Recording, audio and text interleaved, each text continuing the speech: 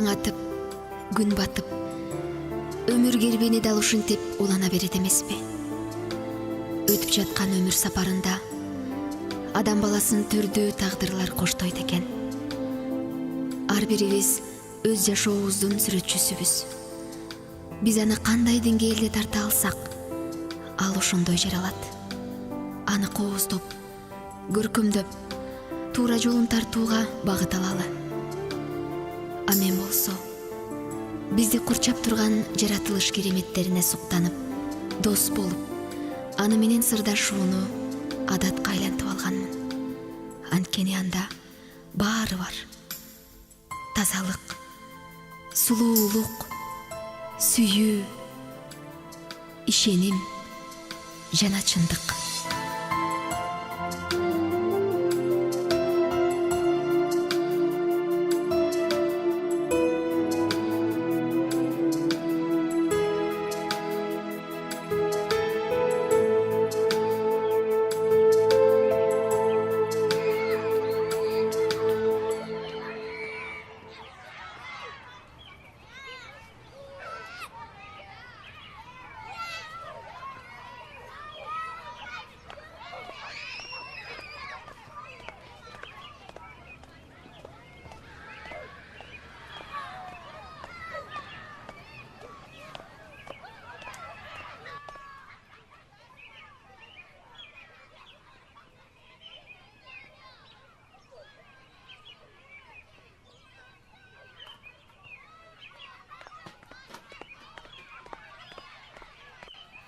Ой, Эмнени ойлонуп отурасың? кыздар, кандайсыңар? Кандайсың?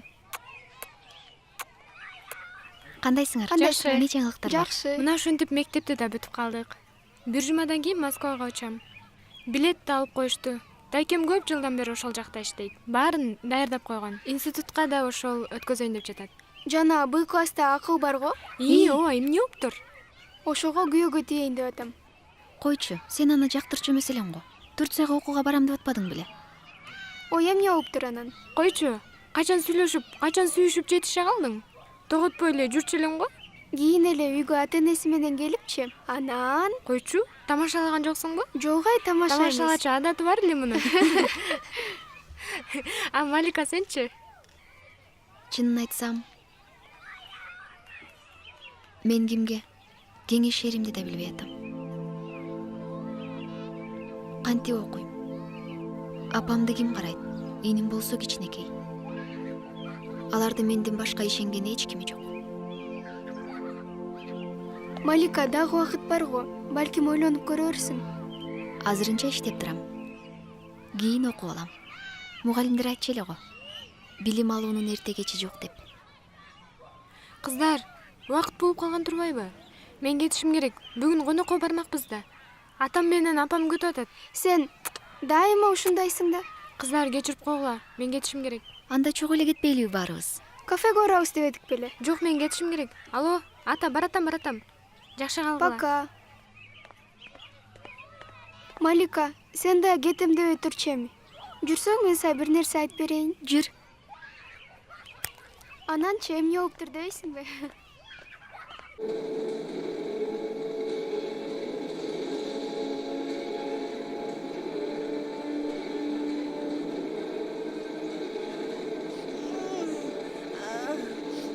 Апа! Апа, сизге эмне болду, апа? Апа! Сизге эмне болду, апа?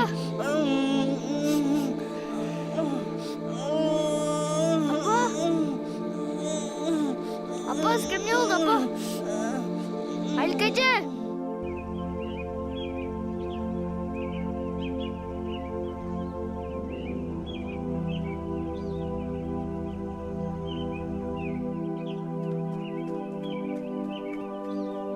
Алика эже! Эмне болду? Апам дагы ооруп калды.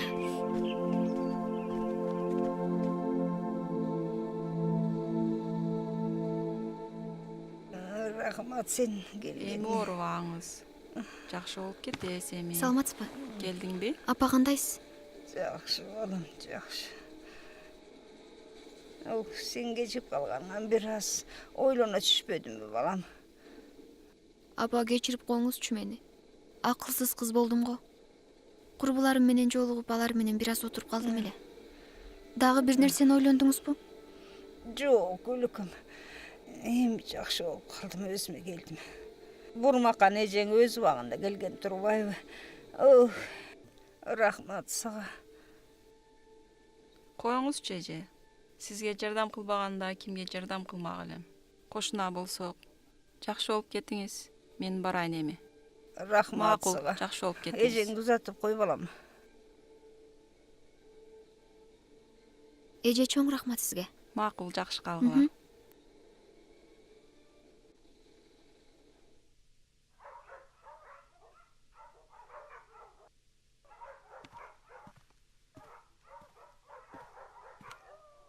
Малика, сен сарсана болбочу балам. Баягы эле ооруп жүргөн ооруда. Апа, болду. Эртең сөзсүз түрдө ооруканага барабыз. Ооруңуз мурункудан да күчөп атат. Күчүгүм. Берекем. Мага алак субач. Атаң өлөр алдында менден катуу суранган. Анын кересин аткарбасам болбойт. Андан көрө окууга тапшыр кызым. Апа, кайдагы окуу? Өзүңүз деле билесиз го, бизге эч ким жардам бербейт. Бүгүнкүдөй ооруп калсаңыз, мен кантем?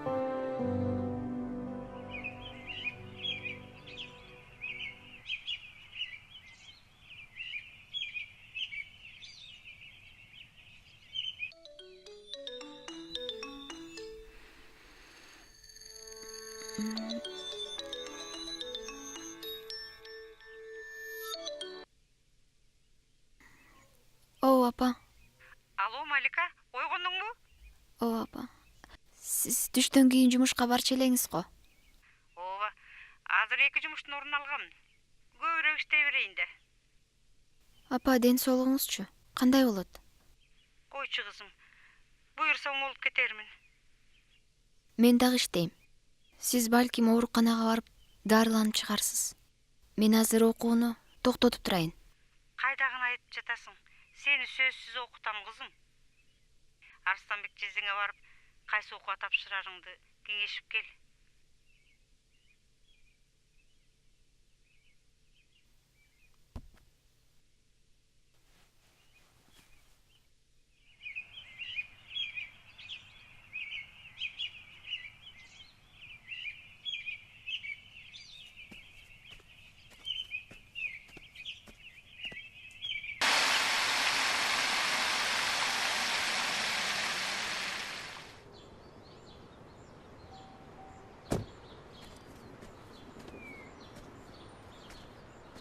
Кел.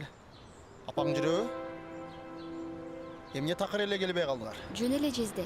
Сизге бир жумуш менен келдим эле. Билем. Өзү мени тааныгандан бери жөн келбей калдыңар го. Айта бер, акчабы? Жок. Мен быйыл мектепти бүттүм. Бүтсөң эмне кылайын? Мен кайсы окууга тапшырарымды билбей жатам. Муну карасаң, сен кайсыл жерге барып окуурыңды билбесең, анан мен билемби? Аны муну айтып олтурбай, өзүң эле билип тапшыра бербейсиңби? Сиз иштеген институткачы? Сен эмне жинди болдуңбу? А менин кызым Жибекти карачы. Окууга тапшырыш үчүн күнү түнү даярданып жатат. А сен бирөө өл десе өлөсүңбү? Өзүң бир нерсени чечкенге аракет кылсаң боло. Жибек окуй турган жерге кантип окуйсуң? Ал жер сага мектеп эмес. Келе кой алтыным десе. Жанатан бери эшик тыкылдагандан усталар экен десе, сен келген турбайсыңбы жаным Кандай десе. сеже? Келгеле кой. Өзүң кандай келдиң? Турат да эшикте. Сен эртеден бери тойбай ашканадан башың чыкпай отурса, кайдан билсин Малика?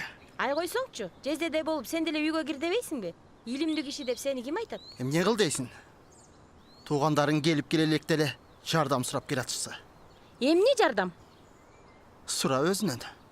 Башың менен десе сенин. Жүрө кой, үйгө кире кой. Марал FM радиосу. Марал радиосунун журналисттеринин эксклюзивдүү радио сюжеттери. Күндүн маанилүү окуялары. жана аларга карата тийиш эжем кандай анан, оорубай эле жүрөбү? Кечээ оорусу дагы кармады. Азыр кандай анан? Жакшы, азыр жумушта. Уф, кандай кылсак экен? Же өзүң билип дагы доктурга көрсөтпөдүңбү? Эже, апамды доктурга көрсөтүш керек. Сен эмнеге келдиң эле? Жөн жай эле келдиң беле, Малика? Мен окууга тапшырышым керек болуп жатат. Анан жездем менен сүйлөшкөнү келгем. Ай, Малика. Өзүң деги акылдуу кызсың го.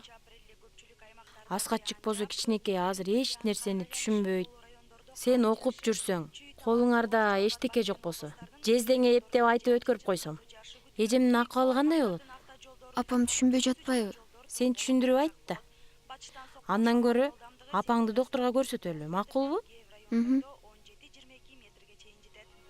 Келе кой, учурашпайсыңарбы? Кандайсың? Мен апа, атам берди кассага салып койсун деп. Мен азыр, Өкөңөр отуруп тургула, мен азыр муну салып келе калайын. Эмне? Мен сени менен сөзсүз учурашышым керекпи? Сен кимсиң өзү мага? Тууганым деп жабышасың. Мен сени тууганым деп деле эсептебейм, айтмак турсун. Уктуңбу? Просто апамды аябай жакшы көрөм. Ошон үчүн аргасыз оозумду жабам. Апамдын учурашып кой, сүйлөшүп кой деген сөздөрүн терпеть не могу. А сен болсо адамдар менен культурно сүйлөшөт эмессиңби? Тайжеңе айтып кой, мени сен менен сүйлөшкөнгө мажбурлабасын. Апа, мен цепочкамды таап бериңизчи, институтка тагып барайын. Аны мен бул жака коюп койгом, анда отуруп тургула азыр, Мен алып чыгып берем азыр. Батыштан соккон шамалдын ылдамдыгы секундасына 4-9 метрден 15-20 метрге чейин жетет. Келгиле кой. Дагы бир аз сүйлөшүп отурбайт белеңер? Көптөн бери Малика деле үйгө келе элек эле. Апа, сиз аркы бөлмөдө жүргөндө биз эң керектүү сөздөрдү сүйлөшкөнгө жетиштик, Малика? Малика как раз менин кеңештериме муктаж болуп турган турбайбы? Мейли апа, мен кеттим. Жакшы бар, Малика. Апаң өкөңөр бат-бат келип турганда силерге жакын эле. Азыр таптакыр башкача өзүмчүл болуп калды. Ооба, мен анда барайын. Малика, мени карачы. Сен капа болуп калгандайсың го? Бизге тарынбачы. Болгон оюмду айттым. Жездеңдин характерин билесиң. Айтканынан кайтпаган. Быйылча окубай эле койчу. Андан көрө эжемди доктурга көрсөтөлү, макулбу? Ооба, билем. Балким сиз айткандай менин тагдырым татаалдыр. Башталыш эле ушундай болду. Атам болгондо башкача болот беле.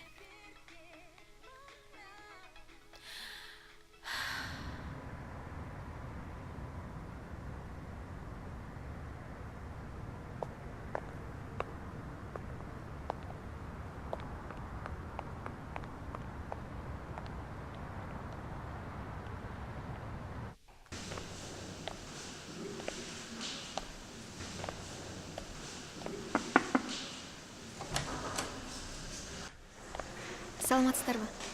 Саламатчылык. Келиңиз. Угуп жатам. Сурап алсам болобу? Ооба, сурай бериңиз. Мен окууга тапшырышым керек болуп жатат. Кайсы бөлүмгө? Сот болууну ойлонуп атам. Бул ойлоно турган жер эмес. Документ кабыл алчу жер. Кечиресиз, мен азыр. Арызыңызды жазыңыз.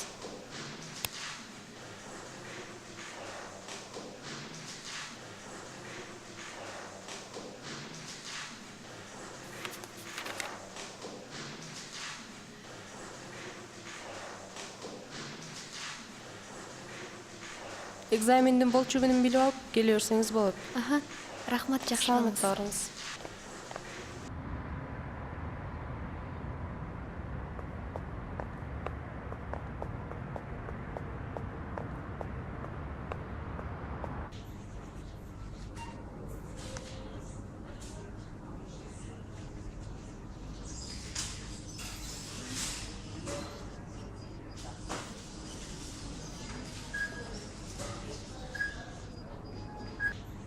Саламатсызбы?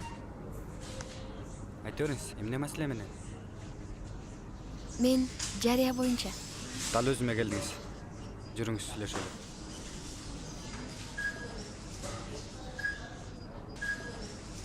Биринчиден таанышып алалы. Менин атым Самат Абдрашитович. Сиз буга чейин бир жерде иштеп көрдүңүз беле? Жок. Бул жерге кантип неге тандайсыздар? Бул жерге сырткы келбетке карап. Бирок сиз жумушка алындыңыз. Сулуу экенсиз. Чын элеби? Качан келсем болот? Так, анда сиз эртең келиңиз. Бир жума жумуш менен таанышасыз. Анан көрөбүз. Рахмат сизге.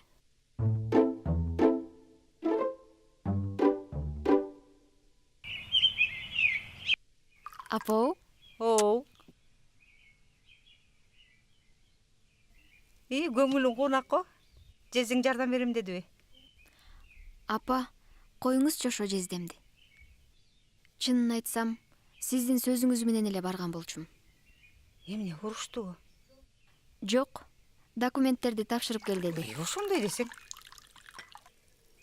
Ооба. Жезиң жакшы киши кызым. Ооба, жакшы киши. Апа, андан бөлөк жаңылыкты айтайынбы? Айта кой. Мен окуу башталганча иштейин. Кече дүкөнгө сүйлөшүп келдим. Койчу балам. Андан көрө окууңа даярданчы. Даяр элемин. Мен баары бир иштейм. Сенден бир нерсе сурайынбы кызым? Эмне болду? Айта бериңиз мага.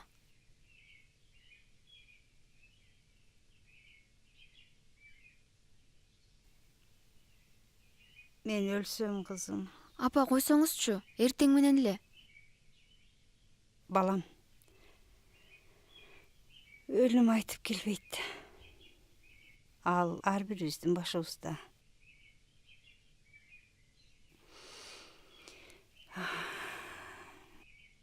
Оорум да күндөн күнгө күчөп баратат. Доктурларга баралыбы? Акча каяктан дейсиң? Болду апа. Кабатырланбаңыз.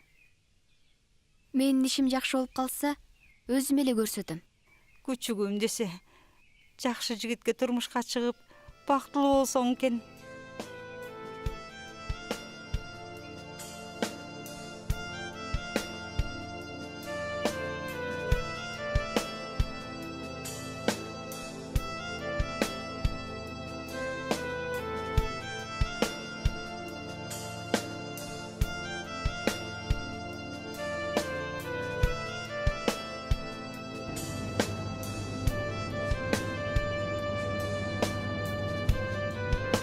Кандайсыңар кыздар?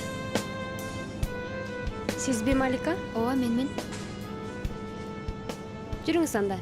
Менин атым Рахат. Бухгалтер башчысымын. Мынакей, бул жумушубуздун графиги. Муну ким жазды? А эмне таң каласың? Жаты жөнүң тура эмес жаздырманбы? Жок, бир жума иштеп көрөсүң. Анан жөндөмүңө карап жумушка орун берем деген. Мен Самат байкенин айткан оюнча жазгам. Анда өзүнө кирип жабык. Макул. Эмне болуп кетти? Иш такылдатып көрбөйсүңбү? Кечирип коюңуз. Сүйүнгөнүмдөн өзүмдү кармай албай калдым. Болгону ыраазычылыгымды айтайын дегем. Токтоңуз. Документтерди бериңиз, кол коюп берейин. Бүгүндөн баштап жумушка чыксаңыз болот.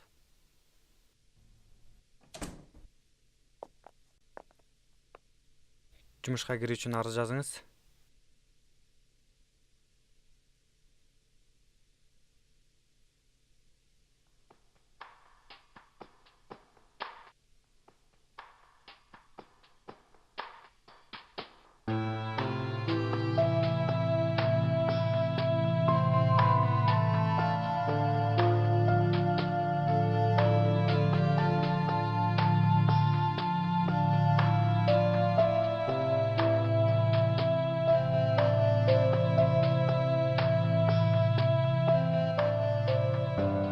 Мен өзүмдү бүгүн башкача сезип, тереңдиктен бир чоң үшкүрөк көөдөнүмдү жарып учуп чыккансыда мына жеңилдедим.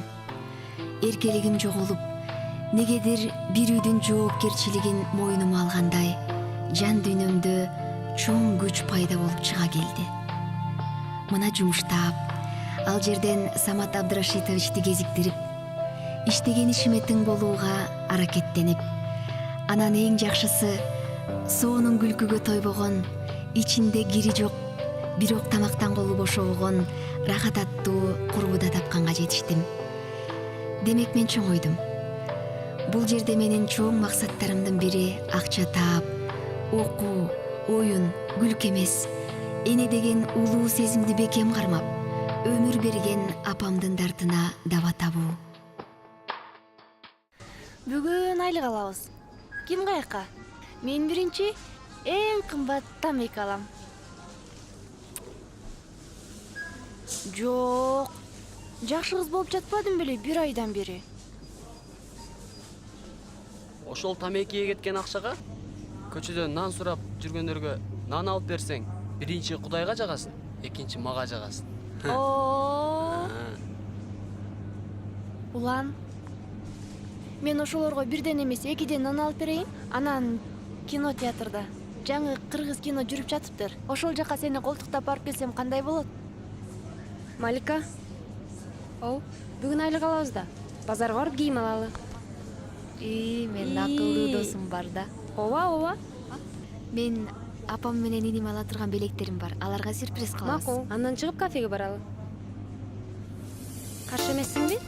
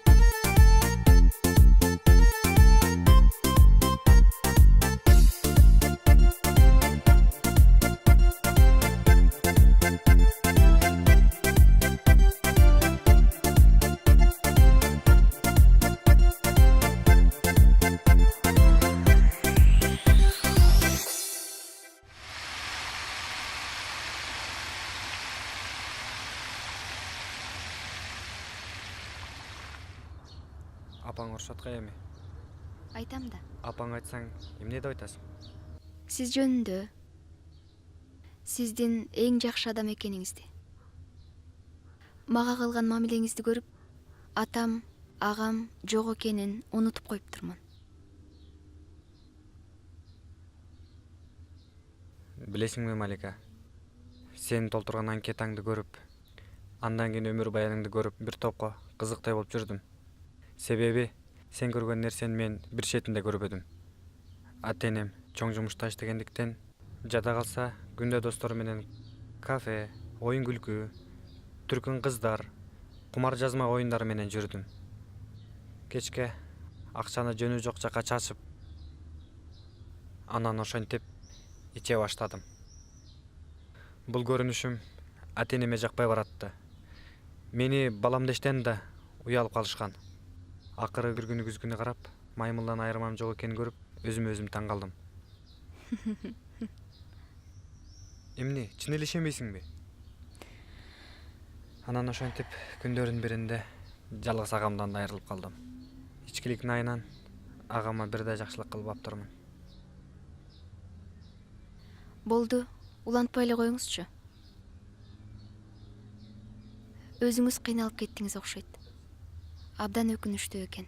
Мени да ойлондурдуңуз. Рахмат сизге ачылып сырыңызды айтканыңыз үчүн.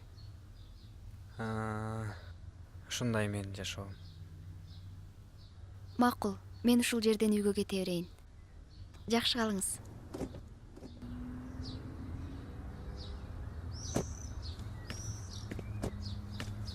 Макул, жакшы бар. Жакшы барыңыз. Макул.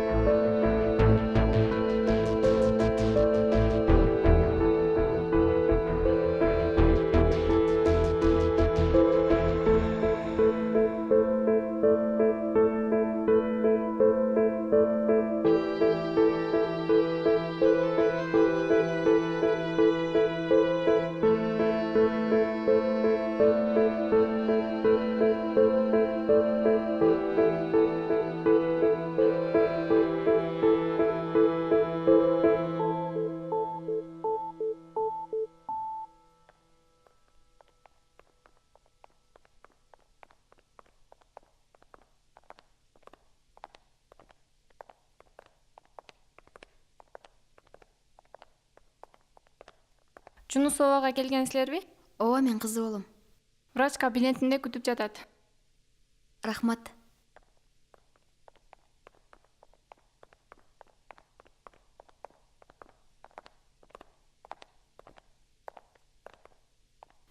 Аскат, сен бул жерде отуруп тур. Мен азыр келем,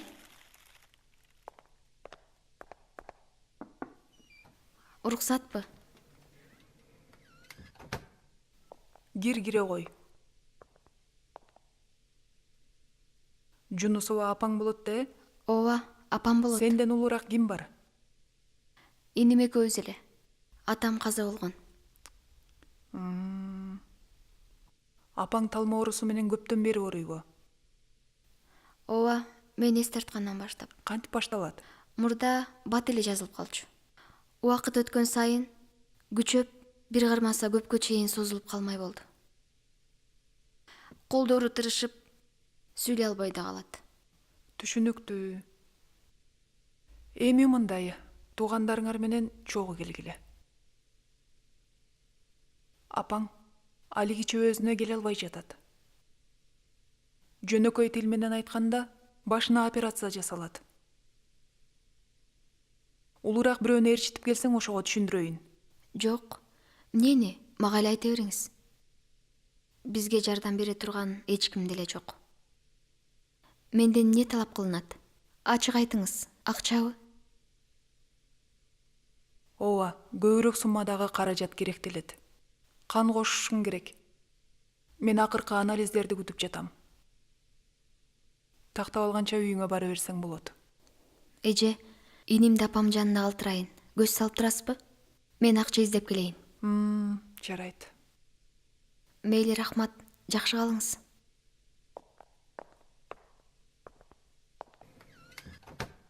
Эмне? Мен эмне банк билем силерге акча бергидей. Болуп тур да анда. Бербесең бербей эле кой. Жок деп кой, бере албайм.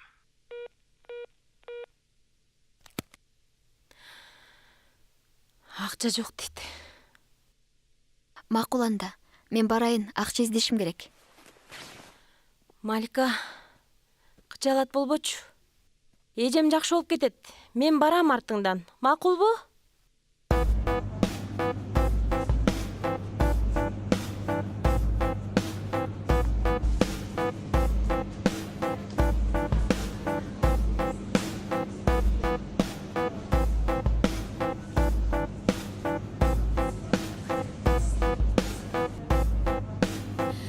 Самат байке кайда? Эй, Малика досум, келдиңби? Кече кайда бардыңар? Самат байке кайда? Эмне болду? Шашылыш эле. Самат байке бүгүн эртемен Турцияга учуп кетти. Зарыл жумуштар менен. Малика, токтосоң?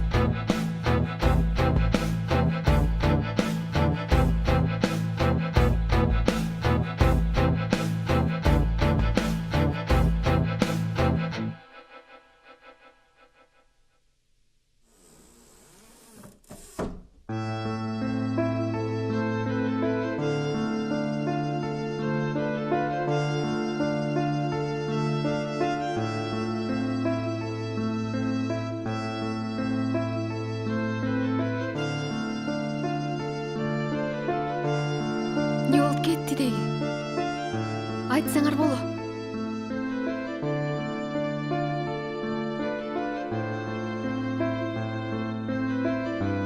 Малика, эми сабыр кыл. Апаңарды кечигип алып келип калыптырсыңар. Үн сөз жок эле узап кетти. Сабыр кыл эми.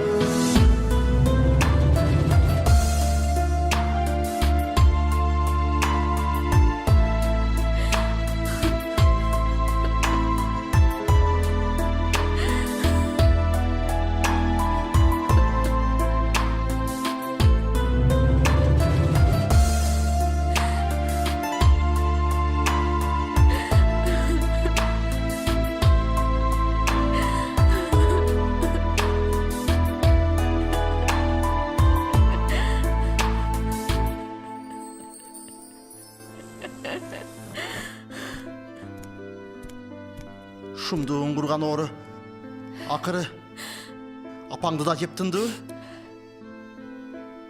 Силер элеби? Силер адам эмессиңер. Силер мага акча бербей коюп, акча издеп жүрүп, апам менен да сүйлөшө албай калдым. Силер адам эмессиңер. Берекем эми. Илаба, эжемди таба албайбыз эми. Эми ошол акчага апаңды көмүп алгын.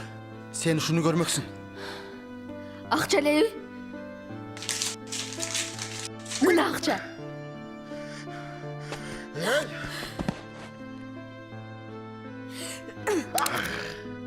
Ай, Кудай-ай, эмне кылып койдуң, Малика?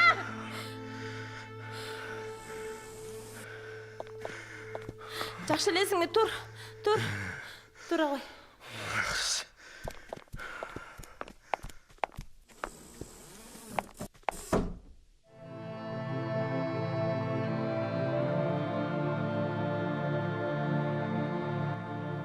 Бүт ааламдын кучагын жыйнасам да, апаке, сиздикинен тар болот.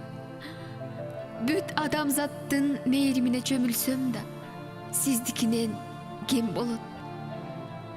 Жан дүйнөмдөн бакыт шооласын учуруп, денемдин кайсы бир бөлүгүн бирөө жулуп кеткендей, улуу тоодон куладым.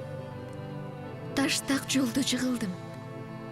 Тунарган тумандарга батып кеттим. Апа, сиз жок дүйнөдө мен үчүн гүлдөр өспөйт, суулар акпайт, таңдар атпайт. Айтыңызчы, бул мен түшүмө? Аз катты кантем, апа? Ага эмне деп түшүндүрүп, мындан ары кандай жашоо күтөбүз? Кандай жолго түшөбүз? Апа, туруңуз. Ишенгим келбейт. Үйдө кут болбойт. Үй суук. Менин пейишим сиз болсоңуз, анда мени айырбаңыз. Суранам, апа. Жалынам, апа.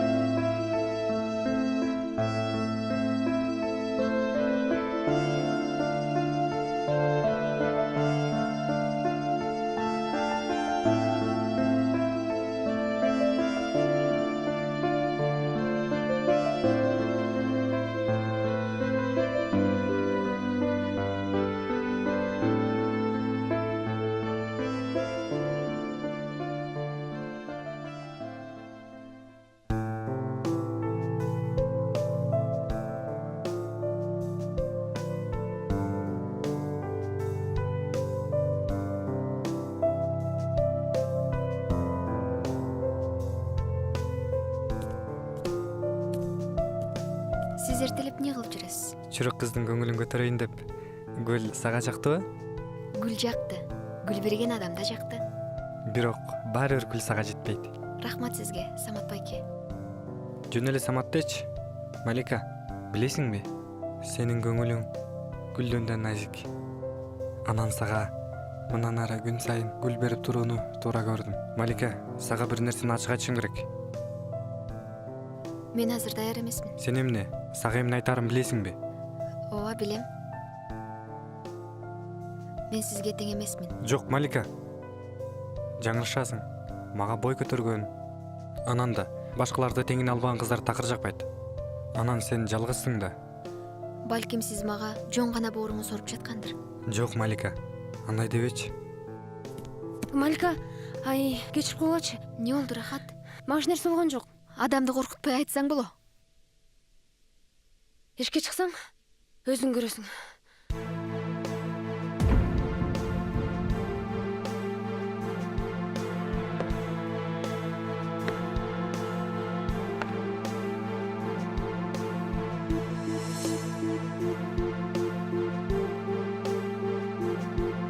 Малика.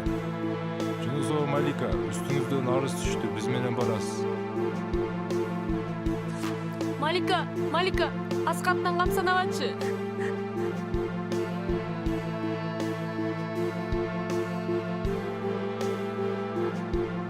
Аты жөнүңүз?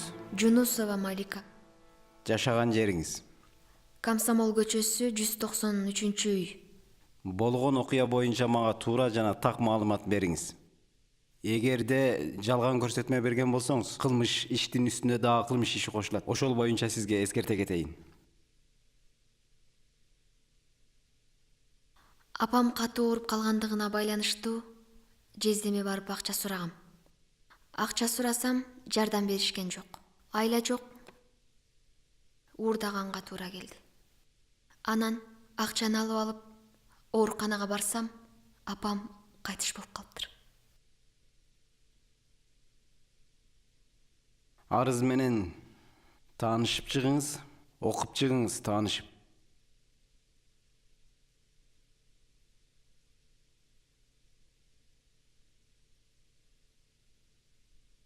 Үстүңүздөн жазылган арыз боюнча доо арызыңыз жокпу? Бул жерде жазылганын баары туура. Бирок атайын деген жери туура эмес. Мени түртүп салган үчүн жинденип уруп салгам. Эми аны сот чечет. Сот болгонго чейин убактылуу жайда кармаласыз.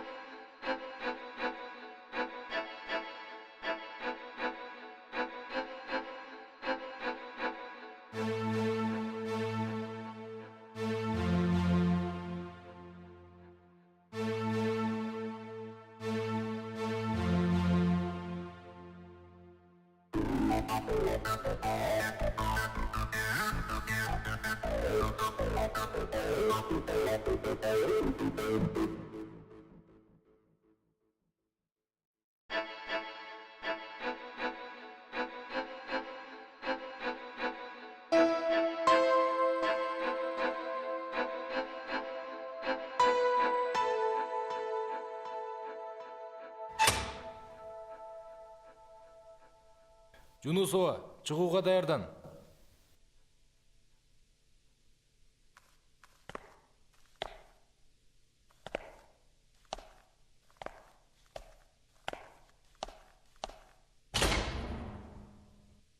Бетиң менен тамга карап, колуңду артка ал.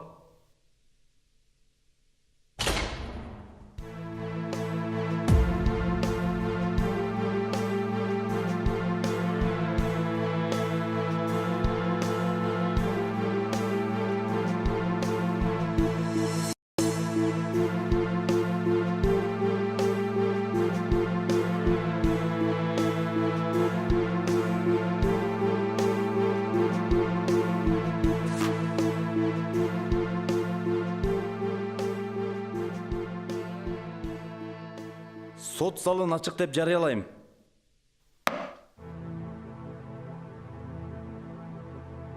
Айыпталуучу, туруңуз.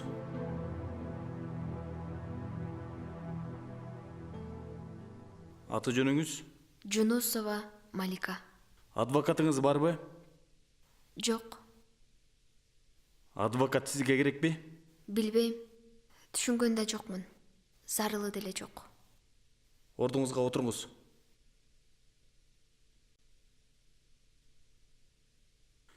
Жабырлануучу, туруңуз. Аты жөнүңүз? Мен Арыстанбек Кутманович. Болгон окуяны башынан айтып бериңизчи. Урматтуу сот, момундайда биз үйдө жок болчубуз. Үйдүн запас ачкычы дайым турган жеринде турчу. Эми мүмкүн ачкычты эм жоголуп кетпесин айтор. Ошол күлүштү таап, коркпостон үйгө кирип, $1,500 урдап кетиптир. Кайра ордундай кылып, бүт баарын ордуна коюп коюптур. Апасы больницада болчу. Сурап коеюн деп барсак, мени ошол жерде темир менен башыма бир урду. Атайла урду. Бул кыз өзү негизи мени башынан бери жаман көрөт. Акчамды уурдаган аз келгенсип, доктор корганда менин көзүмчө $1,500 тытып салды. Ал акчаны мен пешене терим менен тапкан акчам болчу. Уяты жок. Акымак.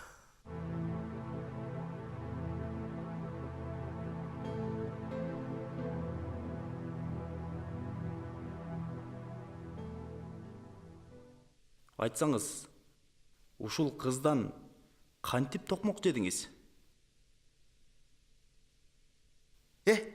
Бул мыкач да мыкач. Дана мыкач да бул. Жабырлануучу, акыркы сөзүңүз. Камалсын. Мен кечирбеймин. Ордуңузга отуруңуз.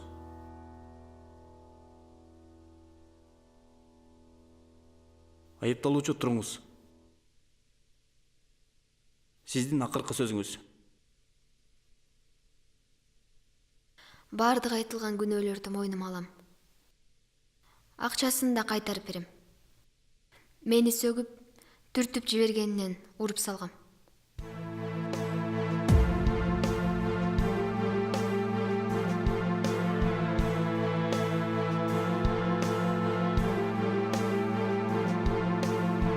Сот 5 мүнөткө тыныгуу жарыялайт. Чечим чыгарабыз.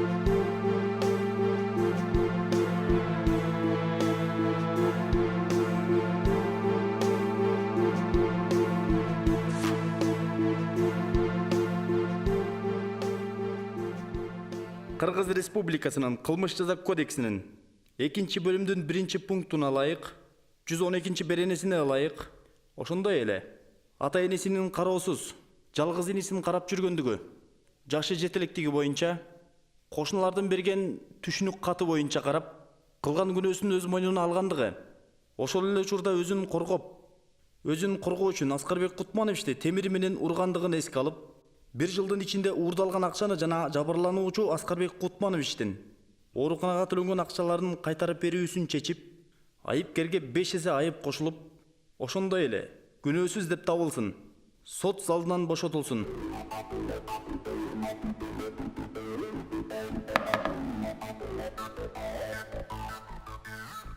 Эгерде эки тарап бири-бириңиздерге чыккан өкүм жараксыз деп эсептесеңиздер, Бишкек шаардык сотко 10 күндүн ичинде арыз жазып кайрылсаңыздар болот.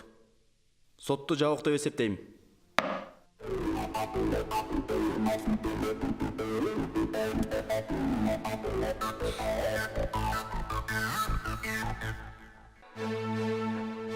Сен иштей албайт экенсиң.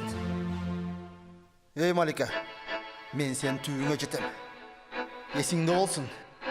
Бул ишти жөн койбойм. Жүрбас.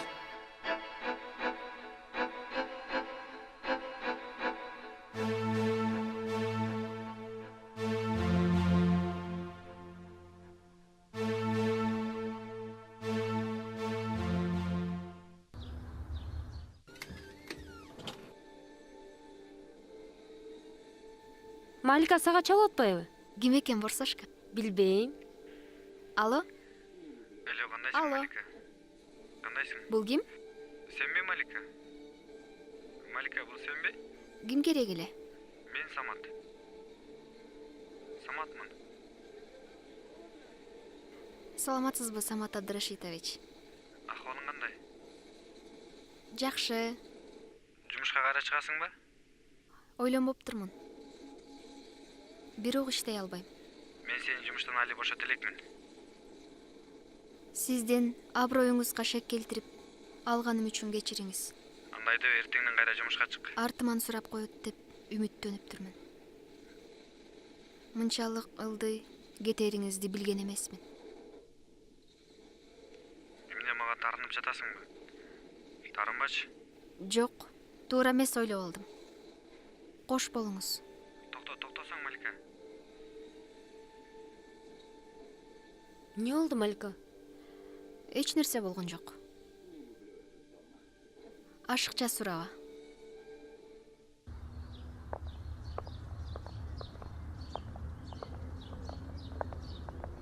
Мен жумушка барып келейин. А сен болсо үйдө отур. Жок, мен бүгүн жумуш издеп көрөм. Иштебесем болбойт. Макул, анда мен кеттим. Мейли, анда жакшы бар.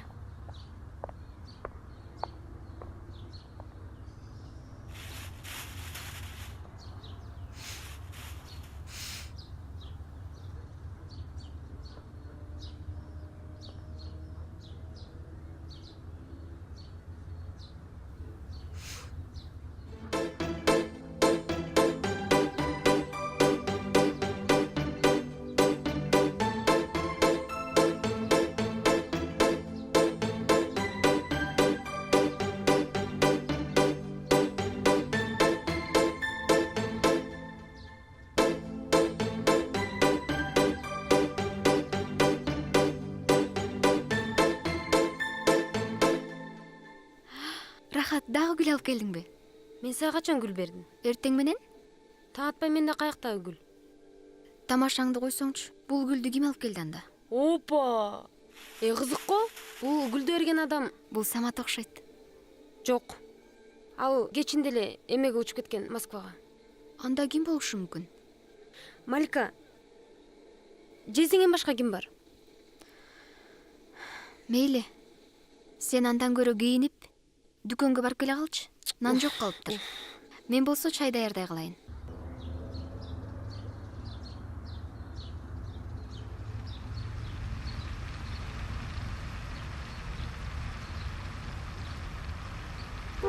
Ой,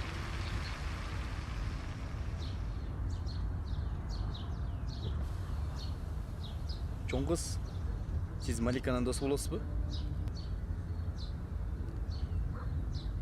Тааныган жоксуңбу? ой тобо. Сизге эмне керек? Маликаны эмне издеп жатасыз? Кече күнү Малика Москвага кеткен.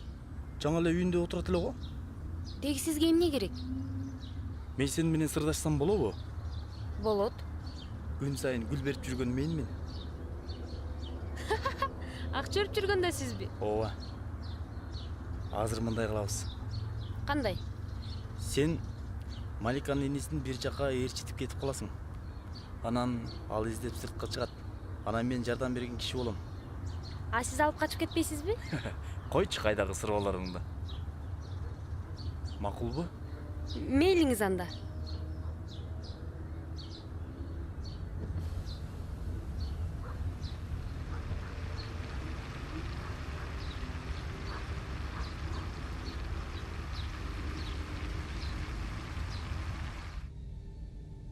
Эмнеге чыгып атышат?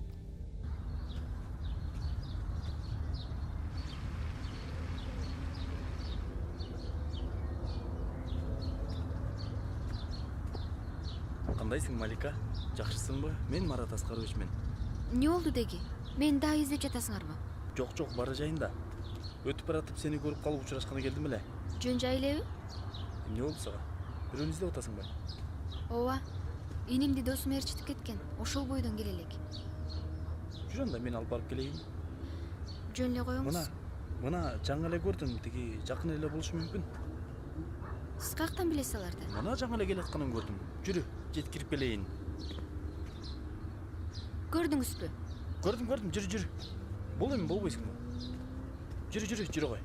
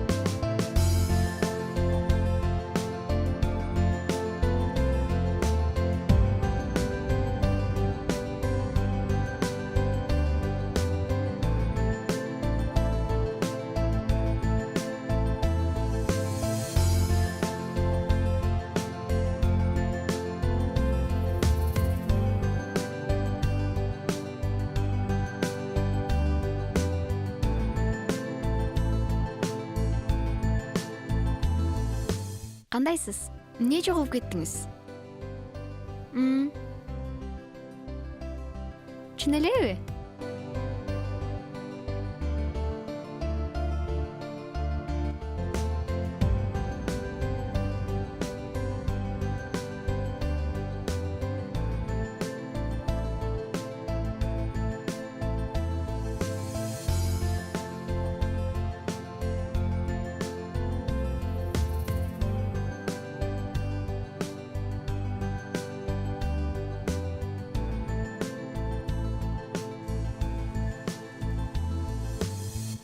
Малика иштеген жоксуңбу? Жок, иштеген жокмун.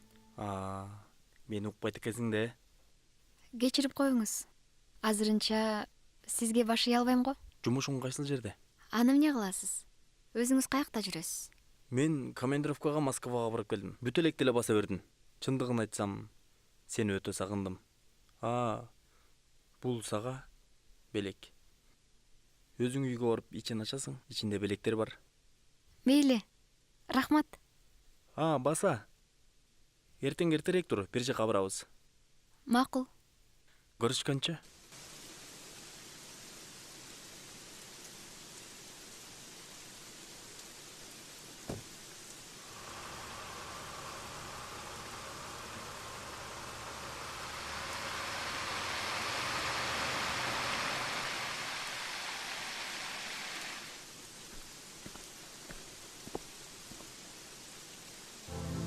Бул кайдан?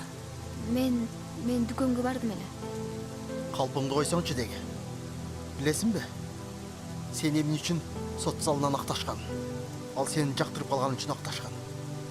Сен Нурганын кесепетинен операция болдум.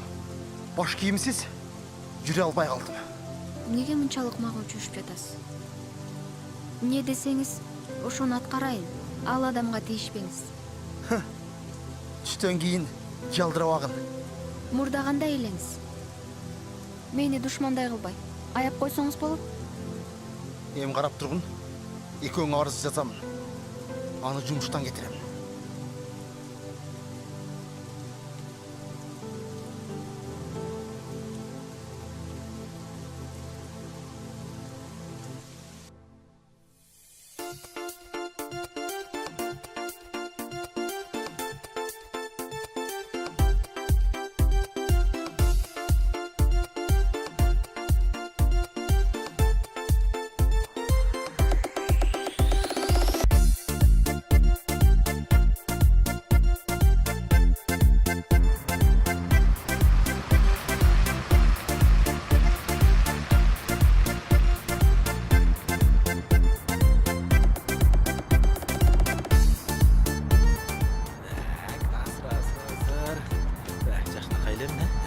Кана, сулуу кыздар келесиздер.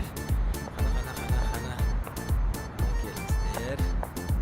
Сиз чын эле Марат Аскарович айткандай сулуу кызсыз. Рахмат. Кана кириңиздер. Эшикти унутуп калдым. Азыр.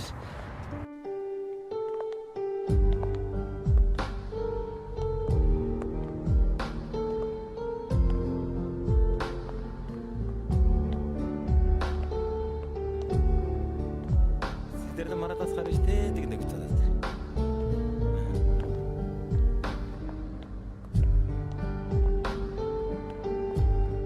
Малика, келип калдыңбы?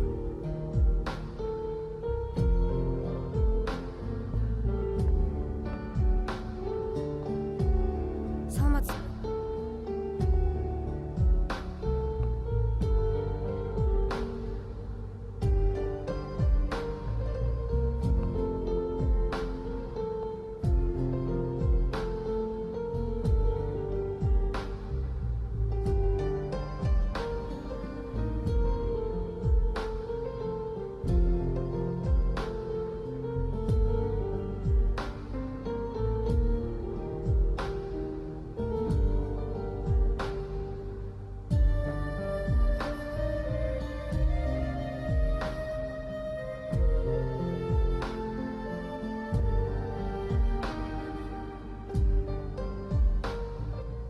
Танышып алгыла. Эмне болду, Малика? Эч эч нерсе болгон жок. Кечиресиз, менин атым Малика. Самат. Кубанычтамын. Değerli Marat Askarovich, Kırgızistan Adalet Bakanlığındaki yeni görevinizden dolayı sizi kutlarım. Bundan sonraki hayatınızda başarılar dileriz. İnşallah sizi daha yüksek yerde görürüz. Bundan sonra Kırgızistan'daki kanunları koruyacağınıza inanıyoruz. Bu sertifikanız kutlu olsun.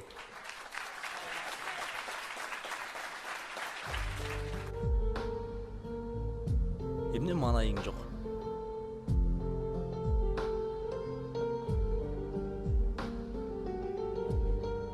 Мен дагы сот болом дечүмүн.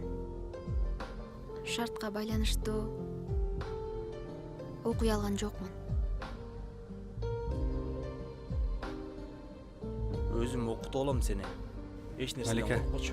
жүрүңүз, белек билели. Бар билеп келбейсиңби? Экөөбүз билебейбизби? Жаным, экөөбүз дагы көп жолу билебиз. Бар. Келиңиз.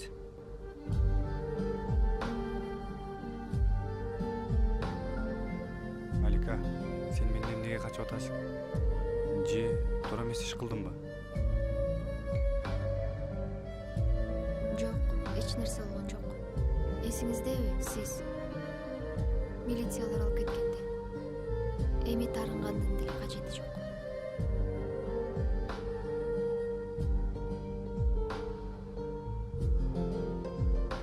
Андайга чейин бара элекмин. Балким көрө жатарбыз. Тарынычтын деле кажети жок.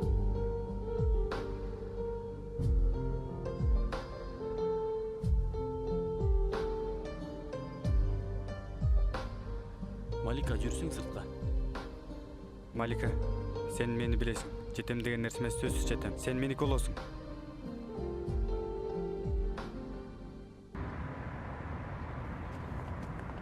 Эмне сүйлөшүп жаттың? Эмне болду деги сизге? Эч нерсе эмес, жүрүп кеттик.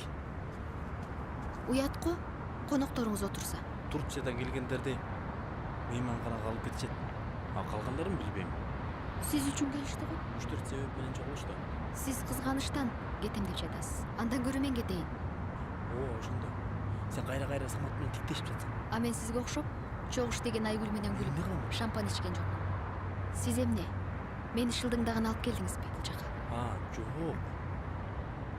Сизге ишенип, инимди жалгыз таштап келиптирмин.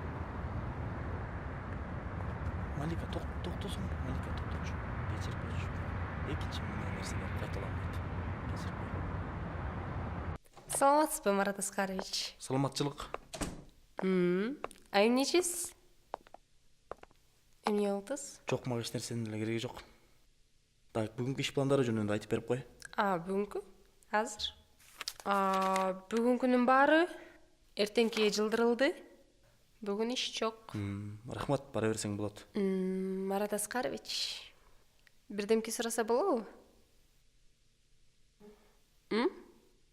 Кечээки кыз жөнүндө да, туурабы? Уккуң келип жатса, кийин деле шашпай көрүп аларсың. Азыр жумуштарым өтө көп. Эшикти акырын жаап кете берсең болот. Көрөбүз.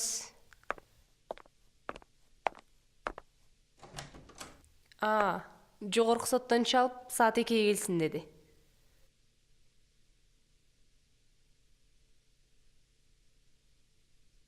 Эмнеге чакырды болду экен? Билбейм. Бара берсең болот.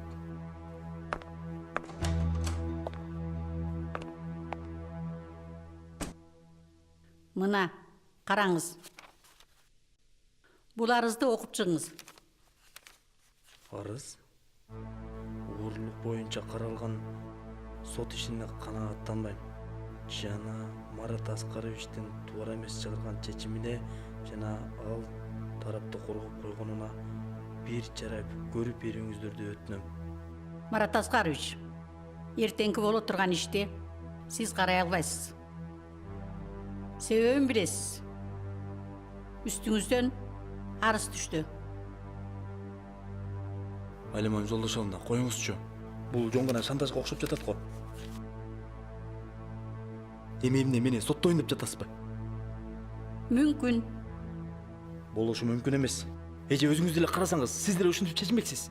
Бул Айгүл менен Арыстанбектин пландаштырып жүргүзгөн иши. Буга Айгүлдүн кандай тиешеси болушу мүмкүн? Андай деп эле коюңуз. Айгүлдүн эле эмес, баарыңыздардын тең тиешеңиздер бар. Марат, угуп жана билип койгонуңуз жакшы болот. Мен деген сизди эмес, сиздин билимдүү атаңызды сыйлап, анын уулу деп сизди ушул жерге киргизгем. Чоң жаңылыштык сөз айтып алдыңыз көрүнөт. Эмне мен туура эмес дедимби? Же кечеки кыргыз соттордун арасынан жалгыз мага диплом бергендиги үчүн ичиңиздер күйүп жатабы?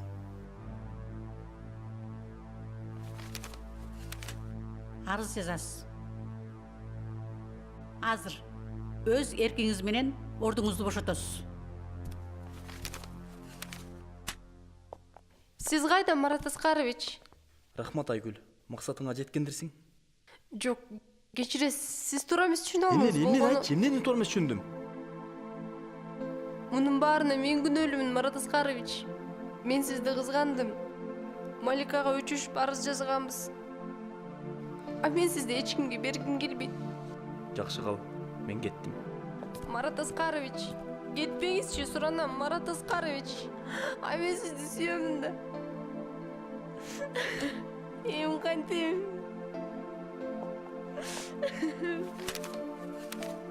Эм кантем, Марат Аскарович.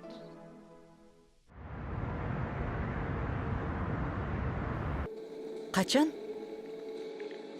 Бүгүн арызын жазып бюротолу кетти. Макул болуптур. Макул. Жакшы калыңыз.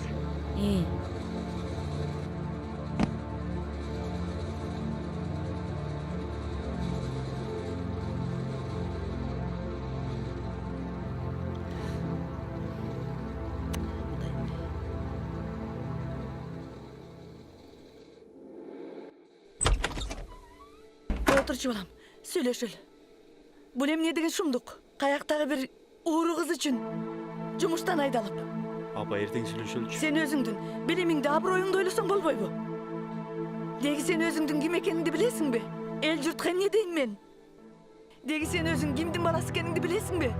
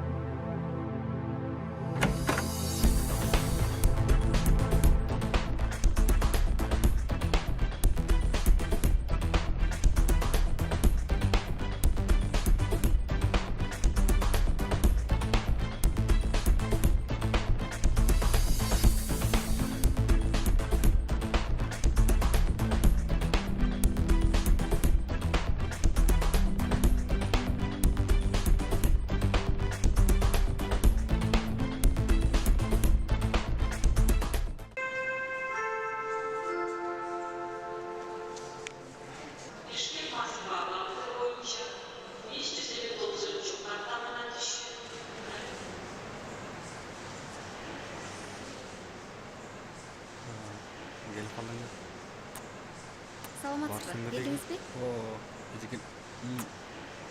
Кандайсың? Жакшы келдиңби? Саламатсызбы? Жүргүздөр эми, кеттик үйгө. Малика.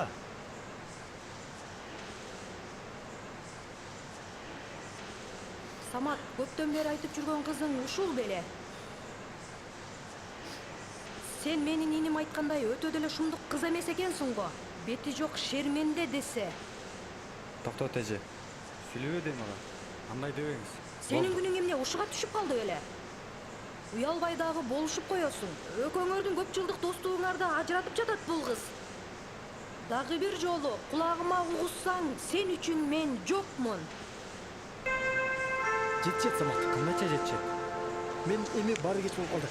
Мен керек болсо Малика үчүн жумуштан кеткем. А сен болсо анын баарын жасаган жоксуң. Жок. Эми дос мындай да. Мен жетем деген нерсе эмес, сөз жетем. И жетип келгем дагы. экөөбүз жумуштан эмнелер жасап атык, ал эми экөөбүз жасаган бизнесибиз. Баарын тең беришебиз. Ал эми сени жек көрөм, уктуңбу? Жек көрөм.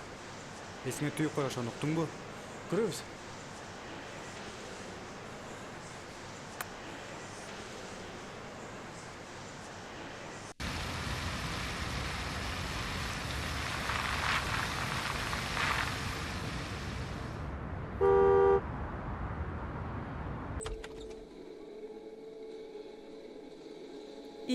Кагылып кетейин балам.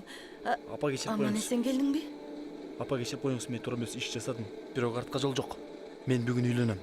Анчалык эмне шашылып? Сага үйлөнгөнгө болбойт да. Ким айтты апа, мен жинди белем, же уруксан белем? Жок, кагылайын. Ушул кыз деп жумушуңан айрылып. Мен эмне демек элем? Сен эсиңде да. Мен сен үйлөнсөң, ушунчалык чоң той берсем деп өмүр бою тилегем. Жакшылап той Апа, өткөрөлү. туугандардын баарына чалып коюңуз.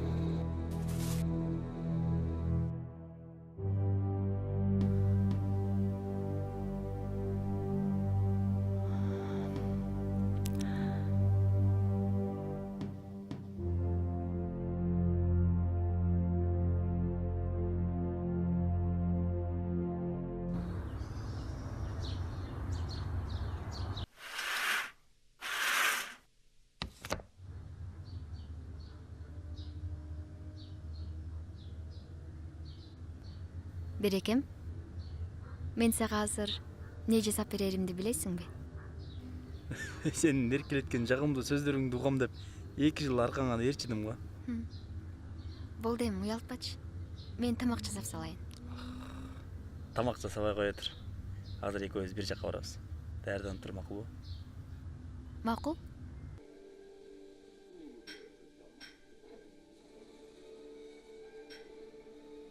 Апа, эртең биз Турцияга учабыз. Маликаны чогуу алып кетем. Койсоңчу балам. Качанга чейин эркелет басып жүрөсүң. Андан көрө төрөсү болот эле, элге уят кылбай. Апа, коюңузчу. Элге уят деп эле төрөй бериш керекпи? 10 жылдап деле жүрбөйбү төрөбөй эле? Малика өзү жаш болсо, бала багууга даяр эмес да. 15 жаштагылар деле төрөгө катышпайт. Коюңузчу апа.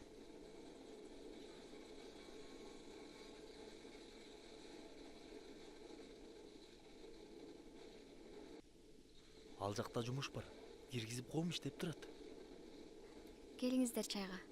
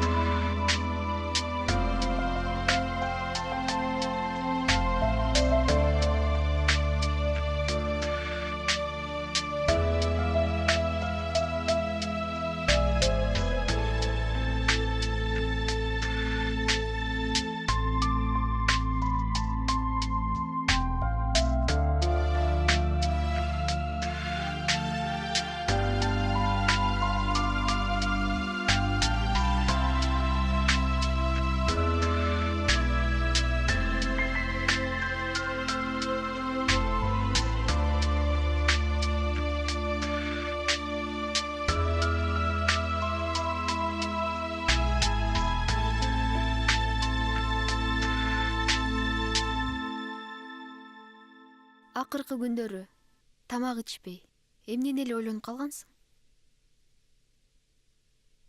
Ушул жерде экөөбүзгө кошулуп кичинекей нерсебиз ойноп жүрсөк гана.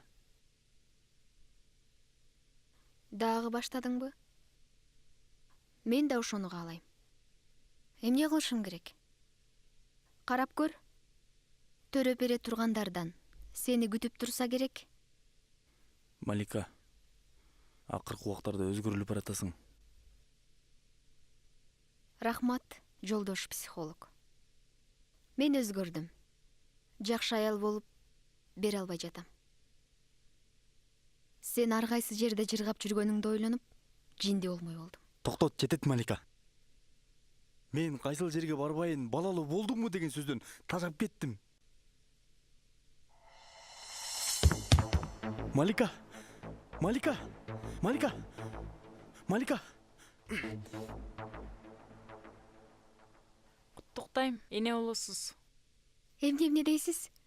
Дагы бир ирет айтып коюңузчу. Биринчисинде баардыгы ушинтип чочулашат.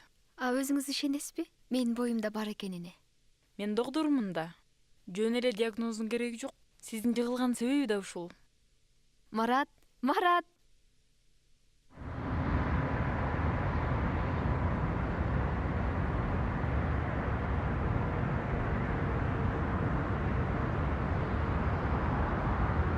Алло?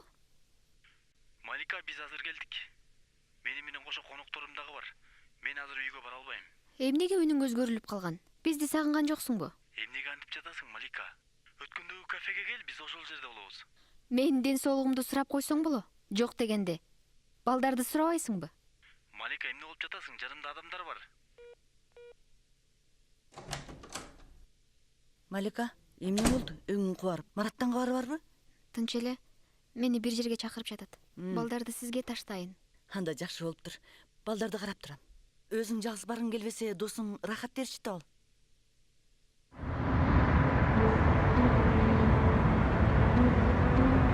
Малика, карасам, бул тең Марат эмесби?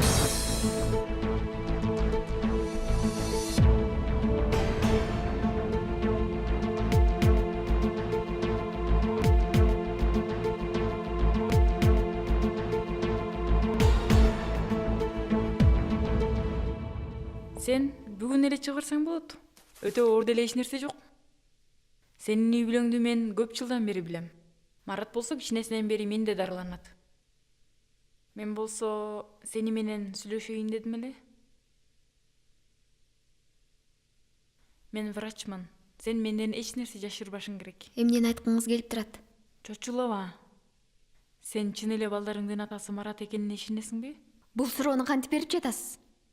Мен өзүм төрөп атсам, кантип ишенбейм? Туура түшүн. Марат тубасы ооруйт. Ал балалуу болушу мүмкүн эмес.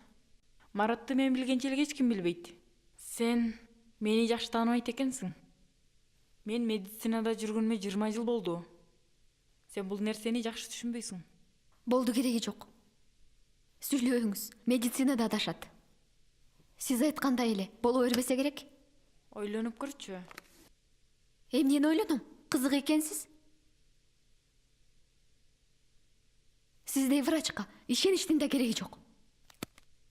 Анда балдарың текшерип көрөйүн. Кереги жок. Эмне эле биздин үй бүлөгө жабышып калгансыз? Малика, сен аял затысың. Сенин ичиңде кандай ойлор болуп жатканын түшүнүп турам. Сен кайра мага кеңеш сурап келериңе ишенемин. Дагы бир ирет ойлонуп көрчү. Мага анын кызыкчылыгы жок. Жакшы калыңыз.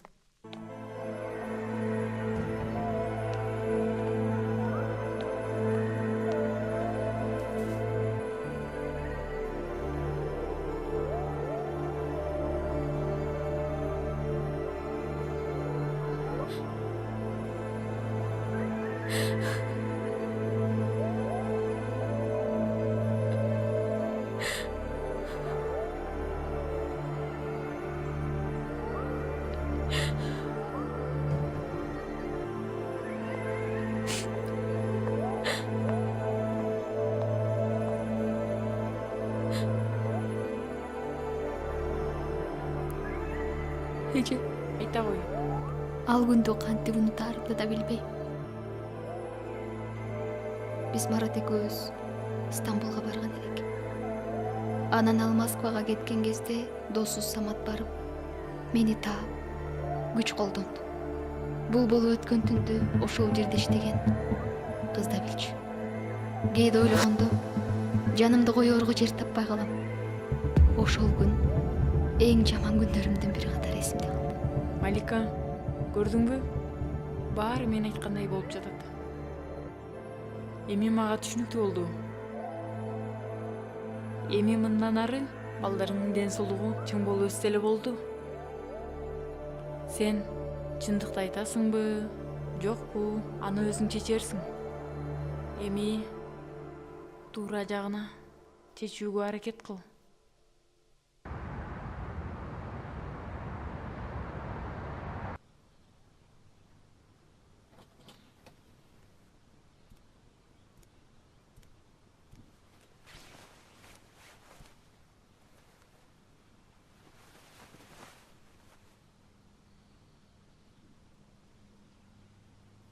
Сиз кандайча келип калдыңыз?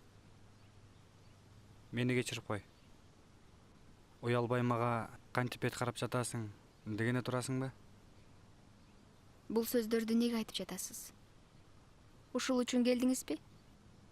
Жүрөм экет ооруканага баралы. Ооруканага? Ооба. Эмнеге? Балдарым бир нерсе болдубу? Жок, Марат. Марат?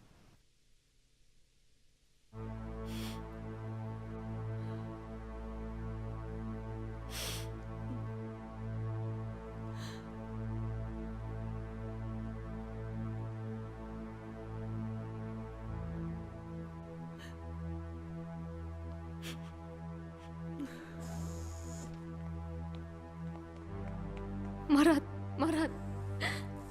Ооп жатасыңбы? Кечир мени. Эмнеге сени жалгыз таштадым? Марат деген эчтекени уккан жок. Жада калса мени тааныбай атат. Апа, кантип ушундай абалга түшүп калды?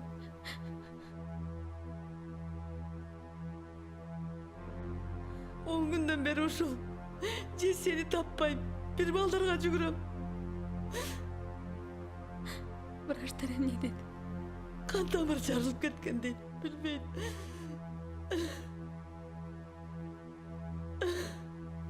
Апа, сиз бара бериңиз. Мен Мараттын жанында болом. Сизге чалып коем. Жүрүңүз Элебей кетиңизчи суранам. Марат сөзсүз айыгат.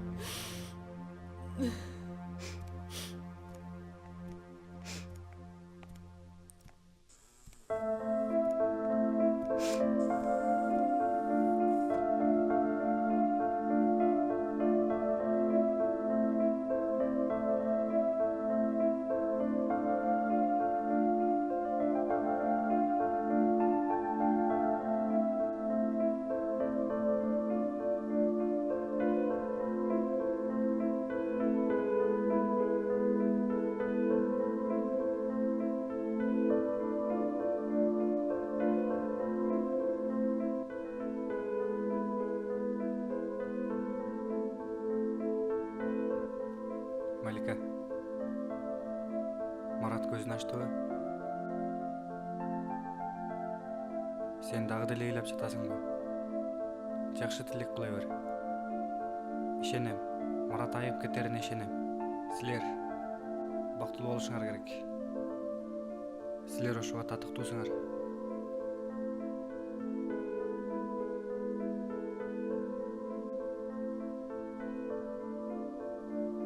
Малика, Марат көзүн ачты.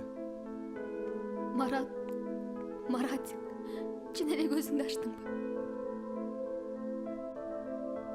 Мени кечир жан.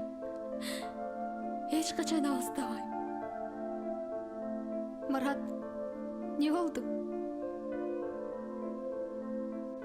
Эмне Марат? Самат кетсинби?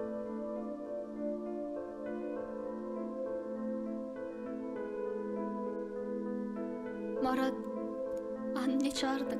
Ал сенин досуң го. Ал сенден кечирим сураганы келди. 10 күндөн бери сенин жаныңда болду.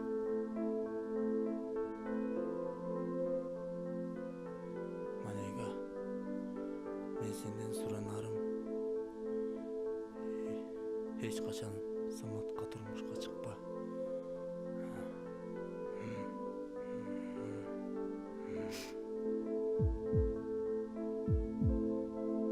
Марат, Марат, Марат, Марат.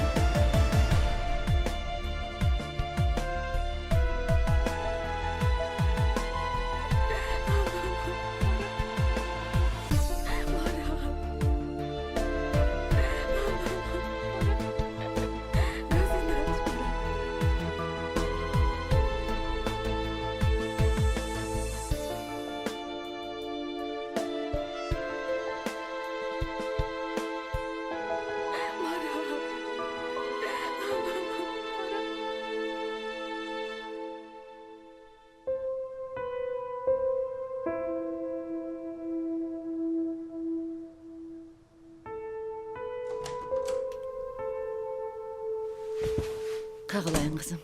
Durdun mu? Bugün bir başkaçasın. Апа, не болду? Жөн жайлы кирдиңизби? Жөнеле. Эртең менен туруп балдарды бакчага жөнөттүм. Турабы десем турган жоксуң, анан чай ичели деп чакырып келгем. Түнү менен уктаган жок окшойсуң. Кайдан билдиңиз? Светтин күйүп, ары бери эле баскандай болуп аттың. Апа, Мараттын иштерин улантпасам, анын ишеничин актабаган болом. Балдарымды, сизди багышым керек. Кантейин? Карыганда ошентип балама, жалгыз баламан ажырап калдым. Болду. Ыйлабаңызчы. Сизди көрүп, мен да ыйлагым келип жатат. Малика, sen bizди таштап кетпейсиңби? Коюңузчу, апа. Мен каяка бармак элем? Сиз эле мени кууп жибербесеңиз.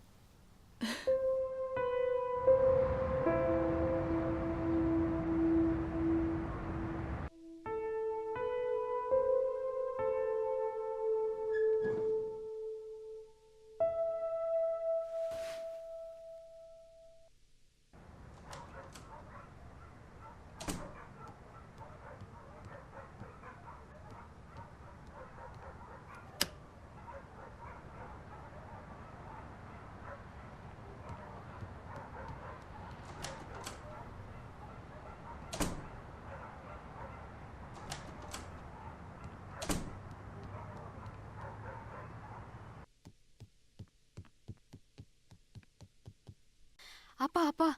Ой, эмне болуп кетти? Сыртка чыгыңызчы. Самат келди. Не экенин билбейм.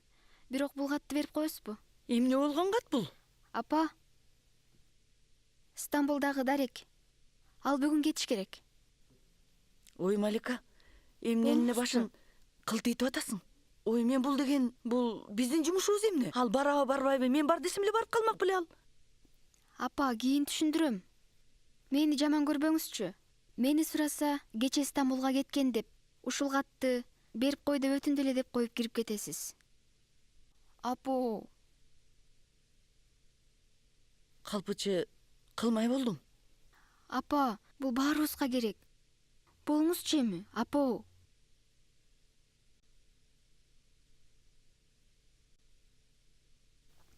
Кандайсыз, жакшысызбы?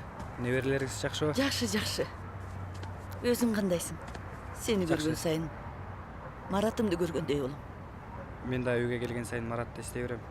Маратты сагынып, турмуш ушундай экен, өтө берет дегендей. Ошону айтпайсыңбы? Жөн жайлы келдиң беле? Ооба, жөн жайлы. Сиздердин ден соолугуңузду сурайын деп. Маликадан иш кагаздар боюнча сурайын дегем. Сен эмне? Сен уккан жок белең? Эмнени? Ал кече күнү учуп кеткен Стамбулга. Көптө келем дейт. Сага звонить этсе, албаптырсың. Анан могу катты таштап кетти эле сага.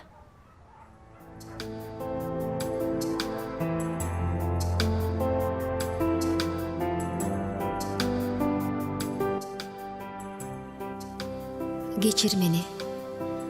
Сен аябай жакшы адамсың. А бирок жолдор башка го. Мен катуу сүйгөндүгүңө ишенем. айла жок.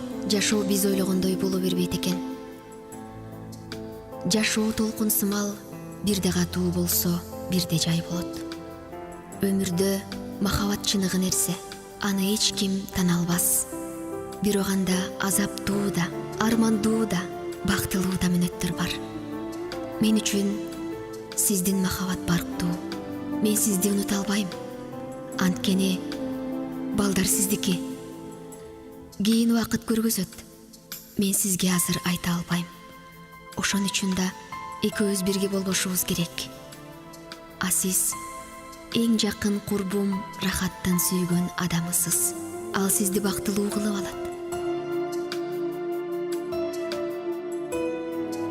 Мен басып өткөн издеримден чоң сабак алдым. Жүрөгүмдө кара так болуп, чиймеленген улуу ойлорго чырмап алган, бүтүндөй жашоомду бир гана түн менен өзгөртүп жиберген миң бир түн деген окуя кала берди. А бирок үмүт шооласын ээрчи кайрадан жолумду улап жөнөдүм. Көрөсүңөр, мен сөзсүз бактылуу болом.